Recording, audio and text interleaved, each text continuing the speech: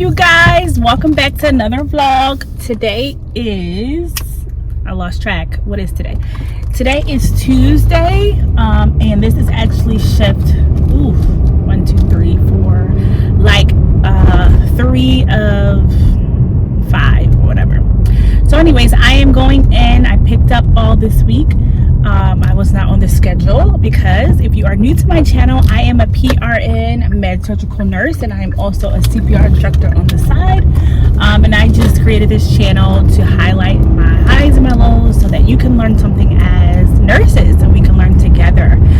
So yeah, I'm just going to take you along. Tonight is a special vlog because I picked up on another floor because the floor that I am assigned to or under has a lot of nurses, which is a great thing that they have a lot of nurses, but in order for me to make my money, I had to go to another unit, and it is sometimes a tough unit, but I am proclaiming that tonight is going to be a good night. I'm going to have good patients. I'm not going to be stressed, and if there are difficult patients, the presence of God and the Holy Spirit that abides in me is just going to, calm their spirits, and it's going to be a good night. And so I'm just proclaiming that. So yeah, all right.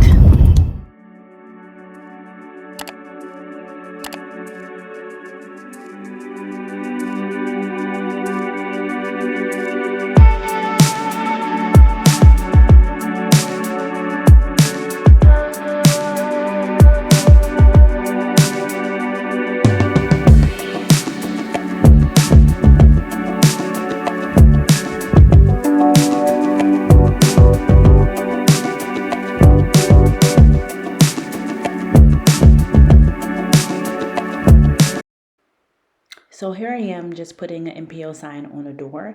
I am a stickler on just putting signs up to help others and myself for certain restrictions or contact isolations for patients. It helps. Hey you guys, so it's about 9:20 p.m. So I got all my patients. I am flowing again to a new floor.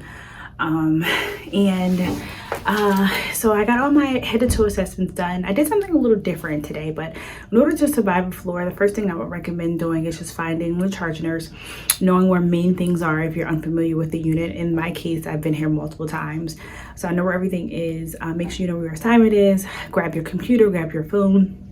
Make sure you know who your PCAs are for your patients that you have, any important things, if they're Somalian speaking or like if they're, have a foreign language. Just make sure you find one person also that you can be your go-to person.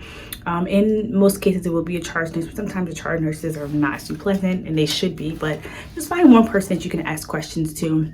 And in my case, again, I've been to this unit before, but I took my time this time. I actually went through with the nurse, did bedside report, and then immediately after that, I went right back once I grabbed my computer and I just started doing my head to toe assessments, and I charted after each patient. Also, I spent some time just making sure, like, if people are MPO, that there are signs in the door, if they're diabetic, checking carb counts, if they're food restrictions, seeing where they are. And one patient is hooked up to low wall suction, make sure I'm marking where the suction cup is, so that at the end of my shift I can document how much suction or output was out.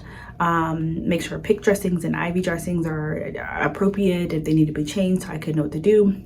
All that, make sure wounds are actually documented. Just making sure things are actually fine-tuned, because there are, nurses that don't do everything as they should. Not saying that they are not doing their job, but some people aren't as thorough. So I take my time and just basically fine-tune everything.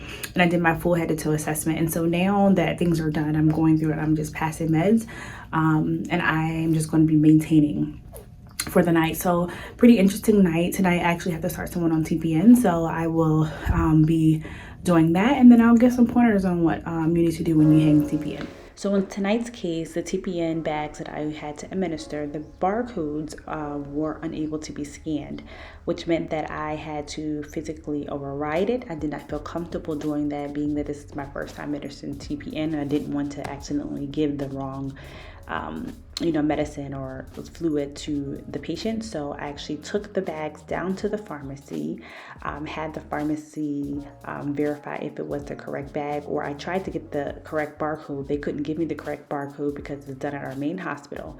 So the pharmacist actually verbally identified that it was a correct solution. So once I went back upstairs, I did hit the override button. I put a new in, put the pharmacist's name and credentials stating that it was a correct infusion.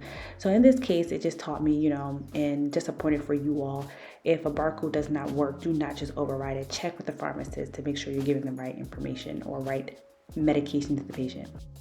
In order to give TPN, a patient needs to have some type of central line or PIC. In this case, my patient had a PIC line, and what you see here are what we call Cure's caps. And so we need to make sure that when a patient has either central line or PIC, that each one of the ports along the IV tubing has this. If not, you are exposing your patient to an infection. So this is very important. Okay, so my shift is over. It was a great shift. I told you, I proclaimed in the beginning of this video that I was going to have a great shift, and it was like better than my unit that I work on. But yeah, so I gave you some pointers already on how to survive a shift. Oh, my glasses are fogging. Yeah, so just some pointers on how to survive floating to a new unit. Just speak up, introduce yourself to the charge nurse, ask someone to give you like a mini tour, and if you're unsure of things, just ask the charge nurse, or ask the most friendliest nurse. And just some pointers from my personal shift. I actually had to start TPN, and I had a little issue with the barcode not scanning. So that means that basically I was told to override, but what I did was I physically went down and had the pharmacist, got their name and everything, had the pharmacist physically verify that it was the correct medication, because even though someone says verbally, hey, you can override the medication, anything can happen, and your name and your license is on the line.